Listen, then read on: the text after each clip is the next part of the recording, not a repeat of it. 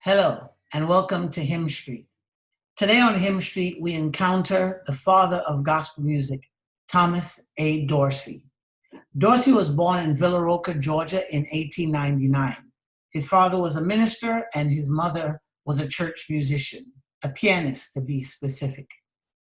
Therefore, Dorsey was exposed to the church and music of the church from a very early age. He studied music formally and informally, and this led to a career in blues and jazz. Dorsey is credited with over 400 blues and jazz compositions. His stage name at that time was Georgia Tom, and he at one point served as the accompanist for blues great Ma Rainey. Although Dorsey was a part of that world, he always felt a calling to the church and a part of the church, and it was an inner struggle for him. Dorsey's stamp on gospel music was the way he merged these two idioms together, the characteristics of blues with gospel music. For many, this was a problem, and many churches closed their doors to Dorsey. Dorsey himself said he had been kicked out of some of the best churches.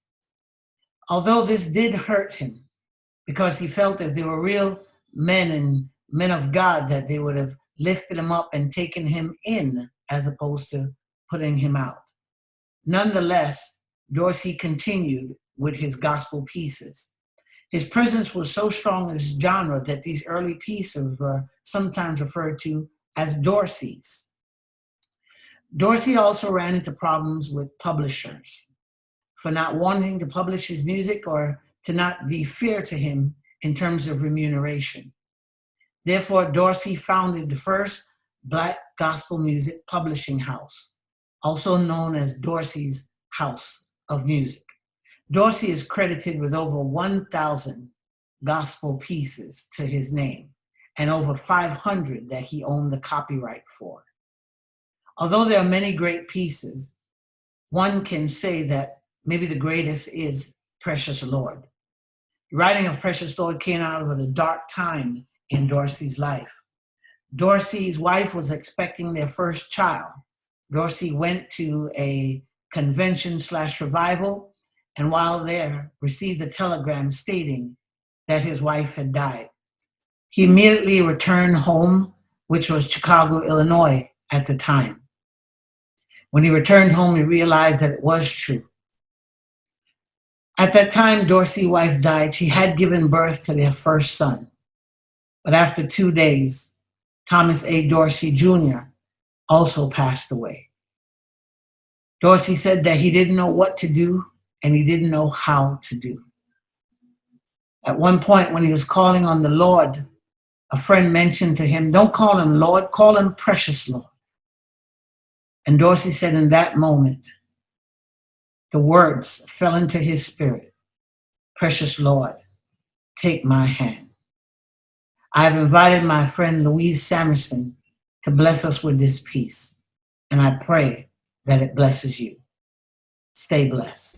Precious Lord, take my hand, lead me on, let me stand.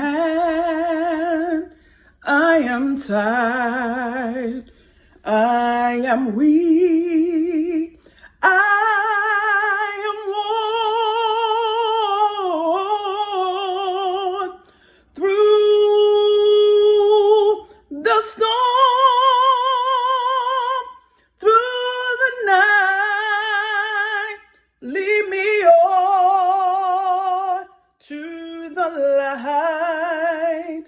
Take my hand, precious Lord, and lead me home. When my way grows drear, precious Lord lingers near.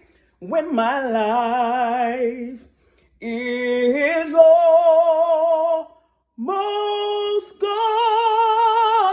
gone, hear my cry, hear my call, hold my hand, let take my hand, precious Lord, and lead me home. Take my hand,